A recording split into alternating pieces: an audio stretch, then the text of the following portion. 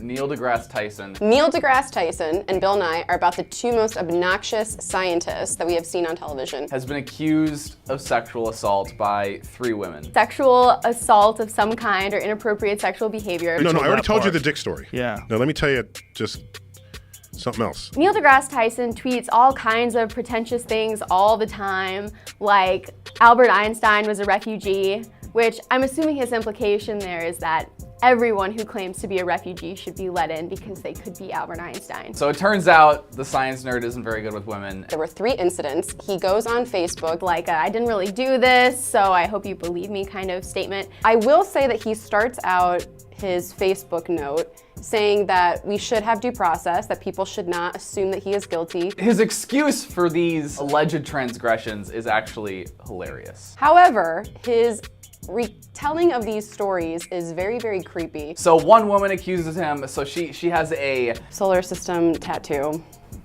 reached into her dress allegedly and was like, oh, where is Pluto? He is so giddy about planets and solar systems. I was just really curious.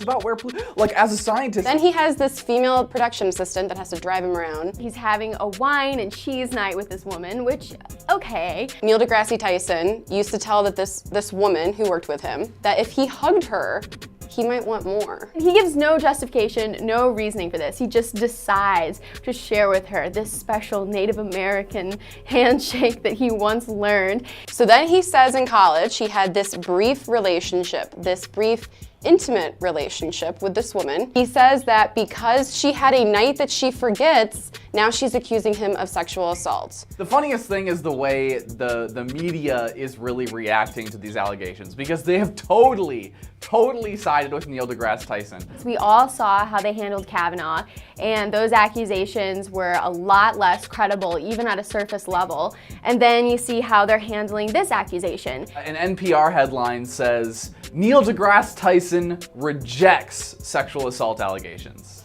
So he admits to using and abusing and then losing this woman, but then says that it's her fault for taking it the wrong way. So just imagine if like 30,000 women came in front of Harvey Weinstein and told him about their sexual assault experiences, and he was just like, it's just like, no thanks. Men that are supposedly these big feminists and are constantly lecturing other men about toxic masculinity and, you know, liberal politics, leftist politics. So it's really funny that most of them turn out to be the biggest abusers of women.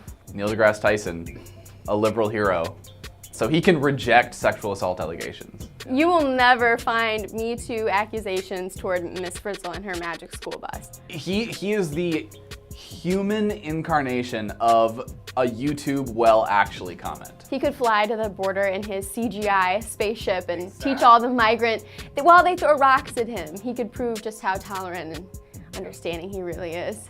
My issue with Tyson is that you don't call an intimate relationship a friend. Top 3 most annoying human beings currently alive right now. You're number 2.